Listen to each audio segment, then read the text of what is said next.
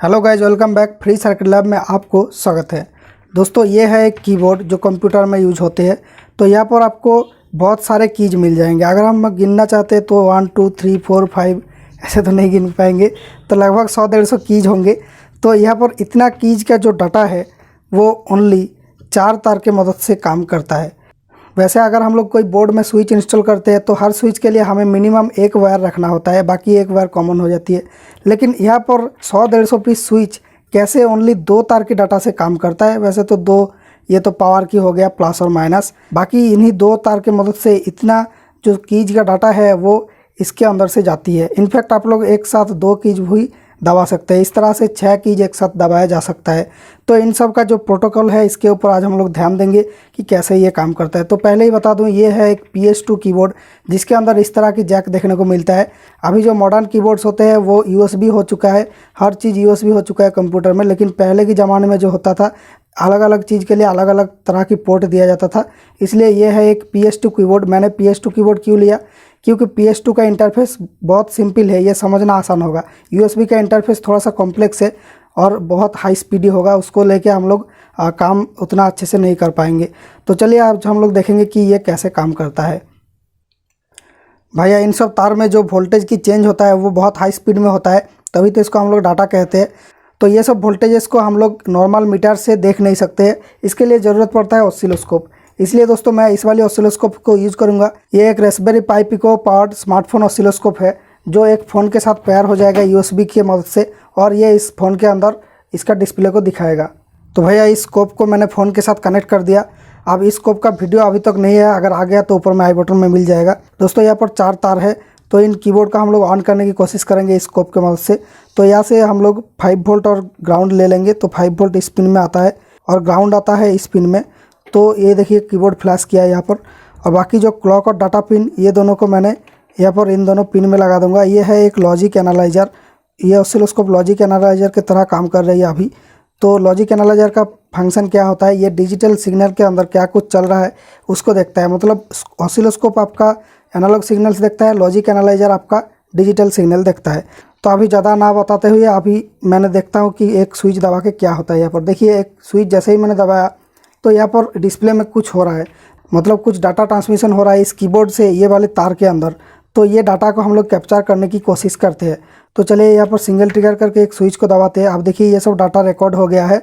यही होता है डिजिटल सिस्टम की खासियत, ये रिकॉर्ड कर पाता है, नॉर्मल ऑसिलोस्कोप रिकॉर्ड नहीं कर पाता। एनीवे, तो यहाँ पर ज़्यादा बात नहीं बताऊँगा। देखिए यहाँ पर ऊपर में एक सिग्नल जा रहा है, ये रेगुलर है, मतलब ये एक स्क्वायर वेव जैसा है। तो इसको हम लोग मान सकते हैं कि ये क्लॉक है, ये देख के ही लग रहा है। और नीचे जो है ये इरेगुलर शेप है, ये अलग अलग की के लिए अलग होगा। तो यहाँ पर ये सिग्नल होता है क्लॉक सिग्नल, ये होता है डाटा सिग्नल। जैसे हम लोग कीबोर्ड की जो पिन आउट है यहाँ पर देख सकते हैं, क्लॉक और डाटा नाम का 2 डाटा पिन है। तो इन दोनों को हम लोग एनालाइज करेंगे। तो देखिए भैया, अलग अलग की जब प्रेस करता हूँ तो अलग अलग डाटा आता है। देखिए मैं की चेंज कर रहा हूँ और डाटा का जो शेप है वो चेंज हो रहा है, लेकिन क्लॉक का शेप में कोई चेंज नहीं आ रहा है। देखिए, तो भैया इसी डाटा के मदद से कीबोर्ड आपका कंप्यूटर को इन्फॉर्मेशन भेजता है कि कौन सी की को प्रेस किया गया है। और कीज रिलीज होता है तो भी इस तरह के डाटा के मदद से ही कंप्यूटर को बताया जाता है कि ये कीज रिलीज हो गया है। और एक साथ ज़्यादा कीज भी प्रेस करते हैं तो वो भी इसी डाटा के मदद से कंप्यूटर को पता चलता है। तो यहाँ पर दोस्तों बात ये नहीं है कि कितना स्विच है, बात यह है कि ये डाटा कितना बिट का है। इसी से हम लोग कंप्यूटर को इन्फॉर्मेशन भेज पाते हैं। दोस्तों यहाँ पर कीबोर्ड के अंदर इस जगह पर एक बोर्ड है, वो मदरबोर्ड क्या करती है, इन सब कीज को स्कैन करता रहता है कब कौन सा कीज प्रेस किया हुआ है। तो जैसे ही कीज प्रेस करते हैं तो वो उसको आइडेंटिफाई कर लेता है कौन सी की प्रेस किया गया है। फिर जाके वो कम तार के मदद से, डाटा के मदद से कंप्यूटर को बता देता है कि कौन सी की दबाया गया है। तो यहाँ पर ज़्यादा कीज हमें ज़रूरत पड़ेगा इस बोर्ड के अंदर। जब बोर्ड इन सारे स्विच को इंटरफेस कर रहा है तब ज़्यादा तार का ज़रूरत होगा। उसके बाद 2 ही तार से काम चल जाएगा, चाहे कितना भी कीज इसके अंदर लगा हो। 2 ही तार से ये डाटा के मदद से आपका कंप्यूटर को बता देगा कौन सी कीज को दबाया गया है। दोस्तों, हम लोग इस वीडियो में यही तक रुके नहीं रहेंगे, इसके बाद भी एनालाइज करेंगे कि ये जो सिग्नल है ये कौन सी स्विच का सिग्नल है। तो भैया मैं भी भूल गया कि कौन सी स्विच मैंने दबाया था। तो चलिए इस ऑसिलोस्कोप को साइड में रखते हैं और हम लोग इस मोबाइल से देखते हैं कि कौन सी स्विच का डाटा हमने लिया था। भैया हर एक स्विच का जो डाटा है वो इस चार्ट के अंदर है, इसको बोलते हैं PS2 कीबोर्ड स्कैन कोड। इसके अंदर देखिए हर एक कीज का डाटा यहाँ पर मौजूद है। देखिए ESC की का डाटा 76 है, ये हेक्स में होगा डाटा, हेक्साडेसिमल में। हेक्साडेसिमल क्या है बाद में बताता हूँ आपको। देखिए यहाँ पर सारे कीज का एक एक अलग अलग नंबर है, तो ये सब नंबर डाटा के मदद से सेंड किया जाता है कंप्यूटर को। तो चलिए देखते हैं ये जो फ़ोन में डाटा रिकॉर्ड हुआ है वो कौन सी की का नंबर है। तो भैया ये रहा हमारा डाटा। यहाँ पर ऊपर में है क्लॉक और नीचे में है डाटा। क्लॉक का फ्रीक्वेंसी दिखा देता हूँ। तो ये क्लॉक का फ्रीक्वेंसी है 12.7 किलोहर्ट्ज़ और इसका पीरियड है लगभग 80 माइक्रोसेकंड के आसपास। ड्यूटी साइकिल है 50%। ऑब्वियसली क्लॉक का ड्यूटी 50% ही होता है। यहाँ पर मैं एक कर्सर ले लेता हूँ, एक को साइड में रख देता हूँ। तो भैया देखिए इस कर्सर की मदद से मैं चेक कर पाऊँगा कि एक क्लॉक के रिस्पेक्ट में डाटा क्या है। एक क्लॉक का जो सिग्नल है ये देखिए इन्वर्ट किया हुआ है, मतलब ये हमेशा हाई रहता है, फिर जाके जब क्लॉक होता है तब लो आता है, मतलब ये इन्वर्टेड क्लॉक है। तो ऐसे नॉर्मली क्लॉक क्या होना चाहिए, ग्राउंड होना चाहिए, फिर जब क्लॉक आती है तब हाई होना चाहिए। तो प्रोबेबली ये जो क्लॉक है इसको एक बार और इन्वर्ट किया जाता है कंप्यूटर के अंदर, फिर जाके उसको पता किया जाता है। तो यहाँ पर नॉर्मली क्लॉक्स जो यूज होते हैं वो राइजिंग एज में डाटा होता है। यहाँ पर हम लोग फॉलिंग एज में देखेंगे। तो ये जो वोल्टेज है ये कब फॉल कर रहा है, ये वोल्टेज हाई था, ये फॉल किया यहाँ पर, दूसरा बार फॉल किया यहाँ पर, तीसरी बार फॉल किया यहाँ पर। तो ये जब सब फॉलिंग एज है इसमें डाटा हम लोग रिकॉर्ड करेंगे। तो ये जो पहला फॉलिंग एज है यहाँ पर डाटा क्या था, ये वोल्टेज 0 था, तो हम लोग यहाँ पर 0 लिख देंगे। तो भैया पहला फॉलिंग एज में हमारा डाटा आया था 0। फिर हम लोग दूसरा फॉलिंग एज देखते हैं। तो ये रहा दूसरा फॉलिंग एज। यहाँ पर देखिए ये वोल्टेज हाई हो चुका है, मतलब यहाँ पर डाटा है 1। अब देखिए थर्ड फॉलिंग एज देखते हैं। यहाँ पर भी हमारा डाटा देखिए हाई में है, तो यहाँ पर भी हम लोग 1 लिखेंगे। फोर्थ फॉलिंग एज देखते हैं। यहाँ पर ये वाला है फोर्थ फॉलिंग एज। यहाँ पर देखिए डाटा लो है, तो यहाँ पर हम लोग 0 लिखेंगे। तो इस तरह से पूरा हम लोग लिख लेते हैं।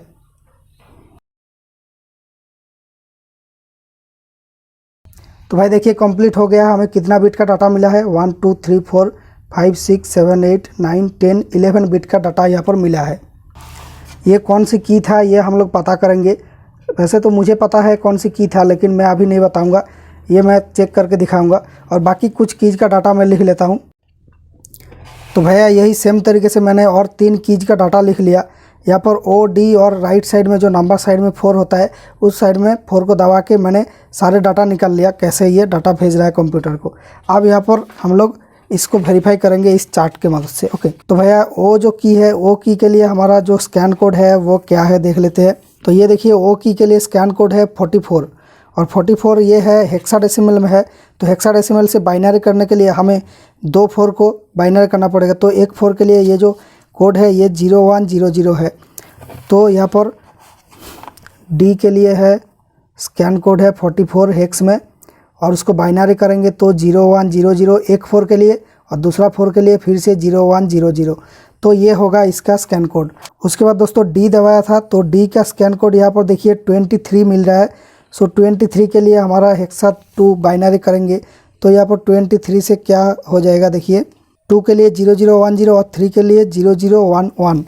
तो इसको हम लोग लिख लेते हैं ये O के लिए था, फिर हम लोग D के लिए लिखते हैं।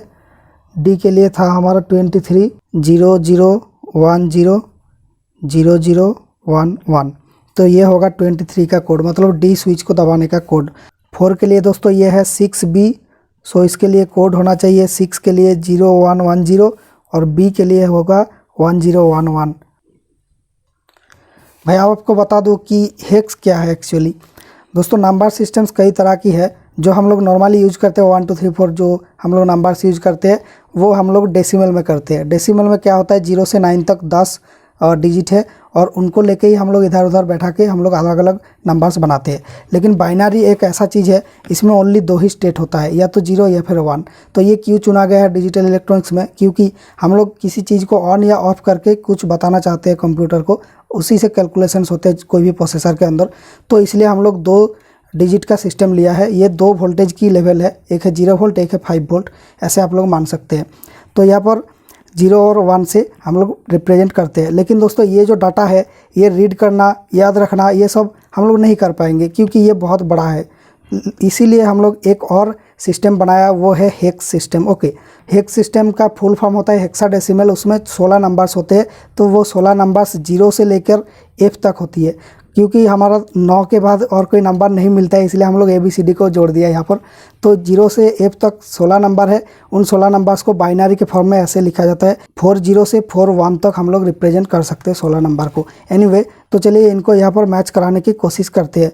तो O के लिए जो कोड आया था 01000100, सो यहाँ पर हम लोग मैच कराएंगे। तो यहाँ पर देखिए उल्टा साइड से मैच कर रहा है, 0 है, ये है 0, फिर है 1, ये है 1, फिर देखिए 3 0 है, यहाँ पर 3 0 मिल गया, 1 0 0 1 0 0, मतलब कि इस साइड से इस साइड तक इस तरफ से जा रही है।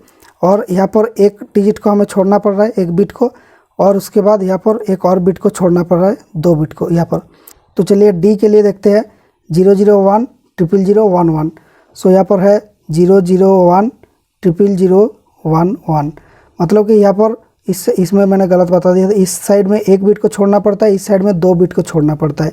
तो इन दोनों को हम लोग छोड़ देंगे, इस साइड में एक को छोड़ देंगे, बाकी यहाँ पर बीच में जो मिल जाएगा ये होगा हमारा डाटा, मतलब कि स्कैन कोड। तो इनका काम क्या है? इनका भी काम है, ये एक होता है स्टार्ट बिट, एक होता है स्टॉप बिट। ओके, यहाँ पर ये स्टार्ट बिट और स्टॉप बिट ये ज़रूरी है, क्योंकि जो डाटा लाइन है वो आपका हाई था पहले, फिर जाके लास्ट में भी ये हाई होने वाली है। तो ये दोनों हाई के बीच में कब डाटा स्टार्ट हो रहा है, इस पिन का वोल्टेज देखिए ये भी हाई था। तो जब यहाँ पर स्टार्ट बिट स्टॉप बिट नहीं देंगे तो यहाँ पर क्लॉक आते ही यहाँ पर 1 समझेगा इसको, और ये जाने के बाद ये इसको फिर से 1 1 1 1 समझेगा अगर स्टार्ट स्टॉप बिट नहीं होता है। तो ये आंसर करता है कि डाटा कितने जगह के अंदर है डाटा। ओके, तो यहाँ पर देखिए स्टार्ट बिट हमेशा 1 हो रहा है और स्टॉप बिट हमेशा 0 हो रहा है। इस तरफ से इस तरफ हमें पढ़ना चाहिए, क्योंकि इस तरफ डाटा मैच किया है। तो ये हो जाएगा स्टार्ट बिट, ये हो जाएगा स्टॉप बिट। ओके भैया, यहाँ पर ये सब बहुत हैजी हो चुका था, इसलिए मैंने इसको फ्रेश करके लिख लिया। अब यहाँ पर देखो, ये तो हो गया स्टार्ट बिट, ये हो गया स्टॉप बिट, इसके अंदर आपका डाटा आ गया। तो भाई ये बिट क्या है? What is this? भाई ये होता है पैरिटी बिट।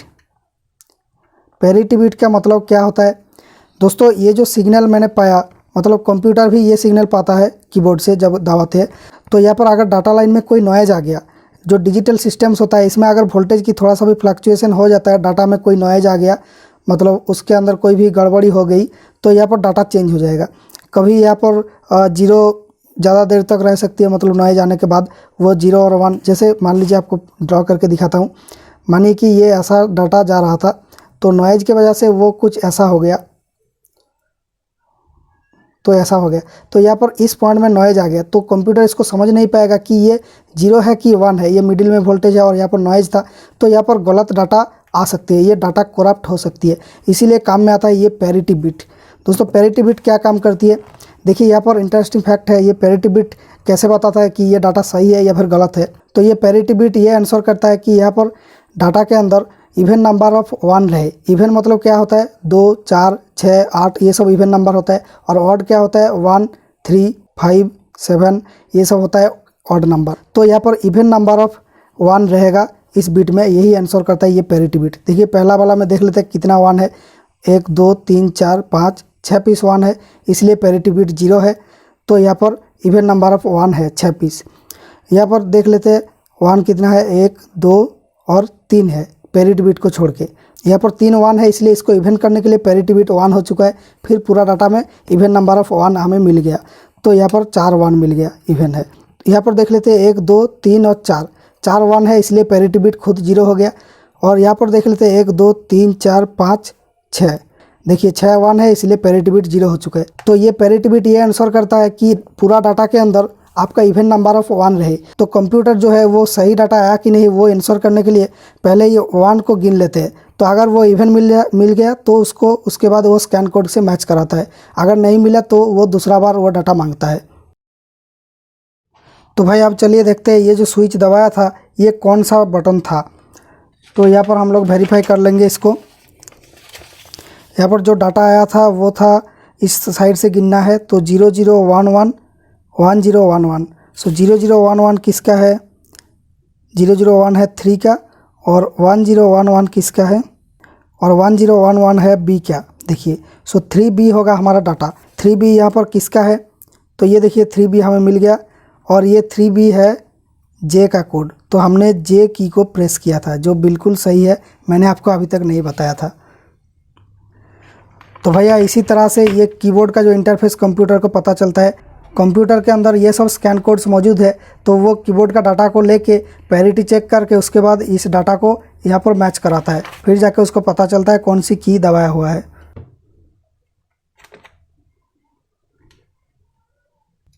ये देखिए कीज को जब रिलीज करते हैं तब ऐसा डाटा कंप्यूटर को भेजा जाता है। तो ये जो डाटा है ये हो जाएगा शायद 11110000 ऐसा कुछ होगा, पता नहीं। तो ये है रिलीज का कोड। उसके बाद दोस्तों इस रिलीज कोड के बाद जिस की को रिलीज़ किया गया है उसका कोड है, मतलब कौन सी की को छोड़ा गया है वो भी कंप्यूटर को बताता है। ये है रिलीज़ का कोड, मतलब कुछ की रिलीज़ हुआ है, इसके बाद जो कोड रहेगा वो की रिलीज़ हुआ, कंप्यूटर वो समझेगा। तो जब की को प्रेस किया जाता है, देखिए एक डाटा आता है, तो ये है की प्रेस का कोड। उसके बाद दोस्तों जब की को रिलीज़ किया जाता है तो एक रिलीज़ का कोड आता है, मतलब कुछ की रिलीज़ किया जा रहा है। उसके बाद उस की का कोड फिर से दिया जाता है कि कौन सी की को रिलीज़ किया गया है। तो देखिए एक ही की को मैंने दबाया और रिलीज़ किया, तो इसका कोड को हम लोग समझ लेते हैं। तो ये देखिए इस तरफ एक बड़ा डाउन है, उसके बाद एक छोटा डाउन है। तो ये सेम कोड देखिए यहाँ पर भी है, बड़ा डाउन उसके बाद छोटा डाउन, मतलब कि ये की को दबाया और रिलीज़ किया, ये दोनों कंप्यूटर को बताया। दबाने का कोड सिर्फ इतना, मतलब की को दबाया हुआ है। उसके बाद जब रिलीज़ करते हैं तो रिलीज़ का कोड कमांड ये है, मतलब किसी की को रिलीज़ किया गया, कौन सी की को रिलीज़ किया गया है वो है ये। तो अगर मल्टीपल कीज एक साथ दबाते हैं, मल्टीपल कीज को रिलीज़ करते हैं, जैसे शिफ्ट ए टिपते हैं, CTRL Z टिपते हैं, तो इस तरह से जो भी दबाते हैं तो वो सब का कोड इस तरह से दिया जाता है, कौन सा की दबाया गया है और कौन सा की छोड़ा गया है। तो भैया आई होप ये वीडियो आपको पसंद आया और इस वीडियो से आपको काफ़ी कुछ सीखने को मिला। अगर ऐसा है तो इस वीडियो को लाइक कीजिए, हमारे चैनल को सब्सक्राइब कीजिए इलेक्ट्रॉनिक्स का जेन्युइन ज्ञान पाने के लिए। अगर आपको मेरा काम पसंद आता है, हमें सपोर्ट करना चाहते हैं, तो आप थैंक्स बटन से या फिर जॉइन बटन से इस चैनल का मदद कर सकते हैं। दोस्तों थैंक यू फॉर वॉचिंग। मिलेंगे नेक्स्ट वीडियो में with A fresh and new idea.